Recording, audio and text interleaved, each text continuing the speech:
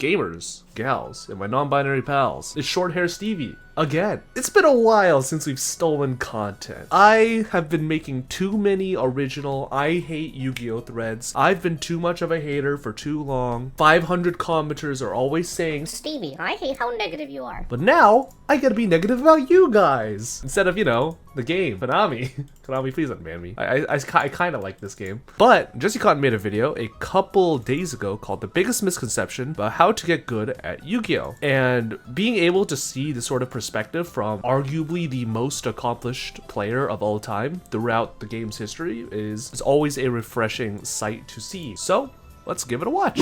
How can one improve at Yu-Gi-Oh? A question I get asked constantly, and one that lacks a simple answer. Yu-Gi-Oh is an incredibly complex game, and to boil down mastery to a single element would be reductive. But nonetheless, I always try to do my best and provide advice, as I love to see aspiring competitors taste success and forge a name for themselves on the competitive landscape. However, as long, arduous, and elaborate as the journey to becoming a good duelist is, there's one step that many players take that I think is actually a huge mistake. Falling for this trap is common. It's seductive as it often accompanies immediate results and improvements, but ingrains in duelists bad habits that only serve to impede further growth. But okay, what am I alluding to? So this may be a shock to most people, but I believe that the recent trends of spreadsheets is actually a load of snake oil. If you aren't familiar, a regrettably popular trend in the more competitive Yu-Gi-Oh scene has been the creation and distribution of spreadsheets as a means of learning and mastering a deck. If you guys don't know, I'm probably just stealing Khan's thunder, but if you guys don't know what a spreadsheet is, a lot of accomplished players, they will have what's called spreadsheets that are available. Think of like Pac, where Pac will basically make like a day 0 or day -1 guide for how to play a certain deck. He'll be like, oh, here is a Malice spreadsheet, here's a deck list, here's siding patterns, here's combos, here's how to play through X, Y, Z. And they're very, very easy for people who are like kind of familiar with the deck or just trying to improve their overall gameplay and trying to figure out combos that maybe they don't really know about yet. It's a really good way in some instances to gain that little additional edge over people and get like boosted knowledge comparative to other players who may be, you know, just like freestyling it or looking at like day 1 YouTube combos that may not be as comprehensive compared to Pac. I personally don't have any like real opinions about it. I'm kind of just like, yeah, it's there. It's not gonna like these spreadsheets aren't gonna like carry you to like table 1 of a YCS, but they're gonna be pretty good, at least on a fundamental level of teaching you like what a deck does, and you're able to figure out like basic baseline combos. And you know, like I'm not gonna fault Pac and Nesh for trying to make a couple $100 redos, even if they are literally millionaires. These spreadsheets often contain a detailed breakdown of the steps involved in performing various combos with a number of different hands for the spreadsheet's highlighted strategy. Okay, then what's the catch? Spreadsheets seem helpful, so why am I so insistent on their counterproductivity? Well, the biggest one stems from another misconception in Yu-Gi-Oh! It's a big one that I expect anybody that actually plays a lot of the game to kind of see right through. It's that meta Yu-Gi-Oh! Decks are repetitive and brainless combos lacking any sort of thought. I mean, obviously, if that were true, Yu-Gi-Oh! Would be a very simple game. Even within generally streamlined and restrictive strategies, the effectiveness of your turn 1 is defined by your ability to read your opponent. The fun fact, they talk about this on like the podcast, but each episode of Duel Nights costs around like $20,000 to $40,000 to make. It may not seem like it because it's kind of like low budget, and you can tell that Sam is just like filming in like a spare room in his mansion. But all of the editing plus the interviews plus camera work involved, like holy shit. Sam, how much money do you have? No wonder they canceled this series. Cards they have, navigate their disruption, and then form a strategy to ward off their preceding offensive push. And if you need an example of this, you can look at my feature match from Weiss's Sacramento in the finals. So I open up with a hand of 2 Wanteds, a Diabell Star, Oak, and Talents. We've got a rather simple hand, and in theory, a spreadsheet should for sure tell us how to combo with just a Witch, or even with an Oak in the hand. But even now, before the game begins at all, there's another factor for the equation that I have to account for. Because before the finals, each top 4 match was played on stream. And I got to see what my opponent was playing. Senpai. The situation is immediately complicated further as I'm hit with a Molchambi Parulia in the draw phase. So now each time I summon a monster from my hand, my opponent will get a draw. I lead Witch and press forwards with the original for Ash, get Poplar, testing the waters for hand traps, and nothing happens at that point. But as my Poplar hits the field, I get hit with a second Perulia. Oh, And now if I want to slagged summon the out. Oak from my hand, it would give the Tenpai player 2 new cards. But I do have something else. I do have the talents in my hand, remember. Just so I better, get to use bro. the talents to look at my opponent's hands, and I'm blessed to see a lack of further disruption. I mean, like, first, shout outs to Perulia, I guess. God's greatest fucking pot of greed, you know what I mean? Like, holy shit, what a what a goat. But, I mean, there's nothing else to say. Like, what the fuck else? Pot of greed. Barring the one Druid Swarm in their hand, which I can put back with the talents. But I also obtained some other information. For example, the rest of the hand is all Tenpai Engine, including a Sangen Kaiman, but also no Sangen summoning in their hand. Okay, so now what do I do from here? Can a spreadsheet tell me? It's unlikely, and in reality, this duel is rather a tame one. And in many cases, variables compound faster and in larger amounts than in this duel, creating unique game states that aren't something a sheet can just solve. In fact, if you watch feature matches from a variety of top-level players, you'll see that they rarely go for the standard line. There's always too many other things to account for that prevents simple line choices. That's true, in the sense where maybe certain detailed spreadsheets are able to give you lines that are able to like play around Ash Blossom. Like very obviously, like if you open like Ariana, Coup Clock, and like a Big Welcome, like the easiest example I could give for like a Labyrinth spreadsheet combo that plays around like a hand trap is, you know, like Big Welcome Ariana plus Coup Clock, where like you set the Big Welcome first, and you Coup Clock, and you normal summon the Ariana, so you can play around like Veiler or Imperm or some garbage like that. But when it comes to like certain combo decks and certain spreadsheets, they're not always going to be able to tell you what sort of hand traps to play around, what sort of combinations of hand traps to play around, what to do if you get like hand trapped at suboptimal times, because sometimes your opponent will make bad plays against you that will be rewarding just because like your hand kind of looks shitty. Think of like Ash Blossom on Ariana, where you have like no other engine, you know, where instead, you know, theoretically they should always be ashing your welcomes. Or like Jesse's previous example, like where triple tactics talents, you know, like, do you rip the hand trap? Do you rip the Kaiman? Do you rip the Chandra? Those are the sort of scenarios where spreadsheets aren't able to tell you what to do unless you know, order like a matchup spreadsheet, which will probably definitely be a separate purchase, of course.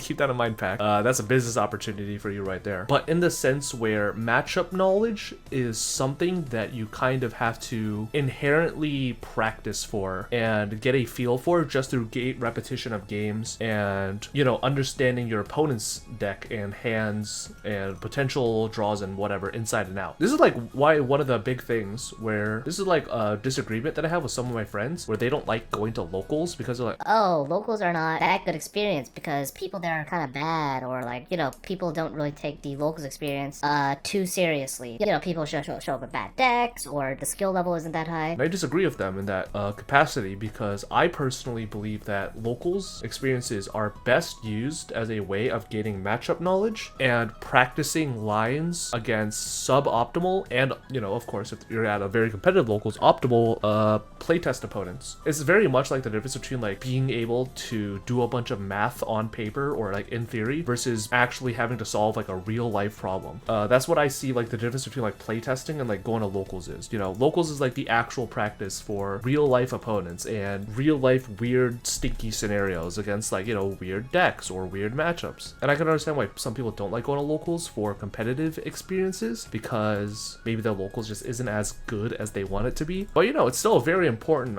tool to utilize if you want to be a good Yu-Gi-Oh player, you know what I mean? Now, let's go back to the Sacramento finals. What did I do? Well, I saw that I needed to stop a Sangen Kaiman, as well as dispose you whatever already monster ton. got normal summoned in order to prevent a Chandra from hitting the field. And ideally, I can set up a way to check the card my opponent draws for turn, in case they say draw a breaker like Regeki. Now, knowing the matchup, I know that IP and SP will be important to deal with normal summon, and Desiree can be used to hit the Sangen Kaiman, as well as the Princess Engrave can hit any extenders, say he wants to add Gonroku immediately, and I can pop whatever he summons off the Genroku later. And needing to avoid summoning the Oak from hand, I forgot using my normal summon as a resource and the otherwise free bodies that Oak would provide to get it into rotation in an atypical and inefficient fashion, placing into a temple from the hand. Now, the next move I make is without a doubt a mistake, but it's trying to accomplish something you wouldn't see in the normal spreadsheet, and I'll kind of explain. In my attempt to play around the possibility of my opponent drawing a breaker like Regeki, I choose to, rather than find a line to Appaloosa, make Necroquip Princess and draw a card. See, at this point, I do misread Necroquip, and I don't actually get the draw. However, I'm sure I could have done it if I figured out the line better and had better practice with the deck. But the message there is still the same. I'm choosing to go for the less powerful route because I have an express thing I'm trying to work towards. The draw is important because with my matchup knowledge and hand knowledge, the only thing that would truly bolster my field and protect it from a crazy top deck would be Ash Blossom. And that's why my priority shifts. But this game is played far from perfect, and I'm happy to admit it. The altered plays were not due to my incompetence, even if there was some, but rather the constant need to adapt to Yu-Gi-Oh's demands. Every single choice you make, whether it be putting a card in your deck or summoning a monster from your extra deck, it needs to be deliberate, with intent, logic, and reasoning. In some matchups, you may need to prioritize certain aspects of disruption or follow-up, so you must alter your playstyle to insulate said card from hand traps, even if it's at the cost of other value or disrupts. Because even if I had to give up some resources, some extenders, some disruptions, or follow-up even, for the cost of summoning a Beast Dweller versus a graveyard-reliant deck like Mermails, I'd be happy to do so. And that's something only obtained by really matchup knowledge. But there's more than that. There's more variables to factor on as well. Say you saw an extreme abundance of hand traps in your opponent's deck's game 1. How do you adapt expecting those as well as irregular attacks for the next duel? You don't. But what are we going to read in our opponent's Give your hand? opponent the handshake. Say maybe they played in a certain way, or their body language, or their pauses indicated so they may have something. Perhaps in Nibiru. How do you approach that? This is something that MBT kind of talks about in a certain capacity, where he's not a fan of like the poker mannerisms of Yu-Gi-Oh! In like this zero-sum game of information. And I kind of agree and disagree with it to a certain extent, where with live Yu-Gi-Oh! There is like an aspect of like reading your opponent and figuring out what they may or may not have in hand based on like in-person reactions and, you know, someone having the specific body language of like, oh, and they're just like, you know, just like looking at their hand while you're doing like your combo, and it may or may not be a bluff and may or may not be indicating that they have like no hand traps. It's just like this very weird mind game that exists within Yu-Gi-Oh! That I'm not 100% sure is something that I like or dislike. I like the ability to like physically interact with my opponent and like look at their face and like see what they're physically trying to do, rather than, you know, kind of feeling very disconnected online. You don't really get much information out of that. But I'm not 100% sure if I like the dual-sided nature of, you know, just like looking to my opponent's eyes and trying to like see if my opponent secretly got aces or is trying to like barrel like 2/7 offsuit, you know what I mean? Very double-edged sword, in my opinion. I basically just waffled for 3 minutes about how I am fence sitting. Is looking at opponent good or bad? What if you draw a unique combination of engine pieces, specifically like your garnets in the deck that force you to combo differently? And while many spreadsheets will try and address this, in some decks like Yubel, there are so many moving parts it's almost impossible to record and memorize each and every single line. Beyond that, how do you go second? In my mind, going second into a board is not too dissimilar than going first. You still have disruptions to play through just like hand traps, even if they're different, and you have end pieces to achieve, whether it be a lethal shot or just setting up disruption to hold off your opponent's follow-up. Hopefully I've conveyed appropriately the shortcomings of a spreadsheet, but are spreadsheets entirely useless? And if they are, what should one do then? My method for approaching a combo deck is one without an easy shortcut. Unfortunately, Yu-Gi-Oh! Is far too nuanced for one easy trick to solve all your problems. I like to envision ideal ending points and work backwards. I pay extremely close attention to how cards interact with each other, both my own cards and my opponents, and try to find patterns and trends within the cards. For example, in a vacuum where I have solely effectless cards in my disposal and in the graveyard, if I can accumulate 4 monsters and my opponent controls a monster, I can convert those 3 bodies into Promethean Princess, revive a monster, turn that monster plus the princess into Raging Phoenix, then make Zelantis, trigger its ability, then Princess and Raging Phoenix will return and go for the OTK. Or I also know if my opponent lacks a monster, I can throw a Nightmare Phoenix into the mix, reviving that off Princess and co-linking it to Zelantis. That way I don't need to pop something with Princess to trigger Raging Phoenix. The Zelantis can pop after the Phoenix attacks.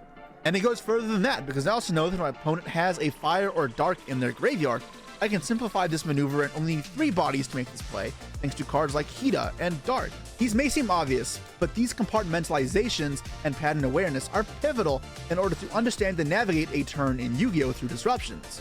Because say I'm going for the kill, I know I must reserve the 3 bodies in a mirror match and force out all of their disruptions I can with the other tools I have available. And if I can't do that, I need to formulate a different plan. Paying attention to trends of weaknesses are important in that same vein. Say you've learned firsthand how powerful Ghost Ogre can be on Appaloosa when paired with another hand trap. Now the normal spreadsheet line would involve going Selene into Appaloosa, And then later, Appaloosa could be Ghost Ogred if you try and protect the rest of your combo from another hand trap. But if we understand that trend and that weakness that our deck has, we can then look to circumvent that problem and find a solution. In this case, if you have the additional body at your disposal, rather than going for this typical spreadsheet line of Selene into Appaloosa, you can turn the IP Masquerena plus 2 other bodies into Appaloosa. It is inefficient comparatively. You're using one more body to accomplish the same thing, but not really, because now your Appaloosa cannot be Ghost Ogred. Knowing how to do this type of pivot is important, but even then, this is just one facet of the combo.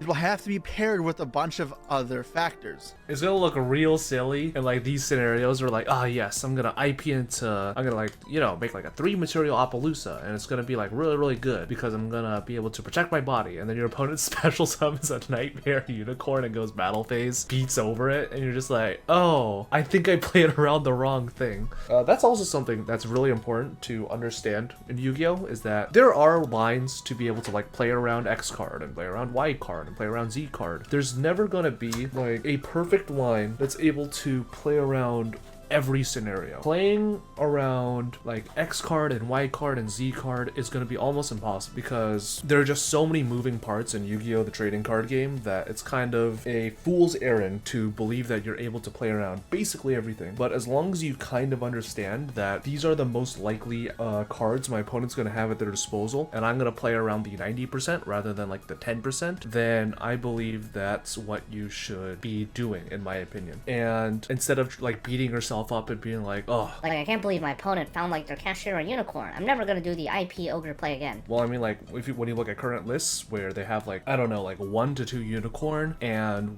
1 Raizeol, it's much more likely that your opponent's gonna have the triple ghost ogre that they're just gonna naturally draw relative to, you know, maybe the 26% or even like, you know, 11 to 13% if they're not playing like Raizeol or like 1 unicorn relatively. So that is something to keep in mind, and just understand that you can't ever play around everything, but you can play around as much as possible, if that makes sense. For example, maybe it's matchup knowledge we have to master.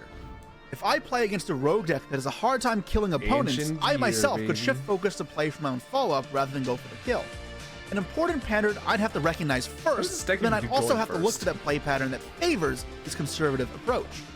Long story short, there isn't an easy path for improvement, but rather you need to duel with the intent of learning, and maintain a keen eye for dissecting games, looking for patterns that could be applied in the future. And spreadsheets aren't entirely worthless. There's a reason beginner players may see an initial spike in success when using one.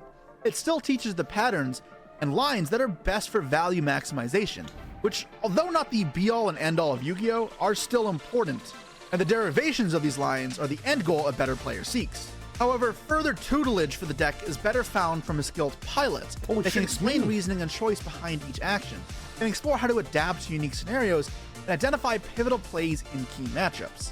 A spreadsheet's value can come as a mean to learn the basics of a deck, how your cards interact together, as well as conventional combos that exemplify the synergies within the deck. But beyond that, spreadsheets offer minimal value, and for upcoming players, it's a drug that lures you in with the promise of success. It instead teaches bad habits drugs. and constrains players' capacity growth, condemning those with a reliance on spreadsheets to a career of mediocrity.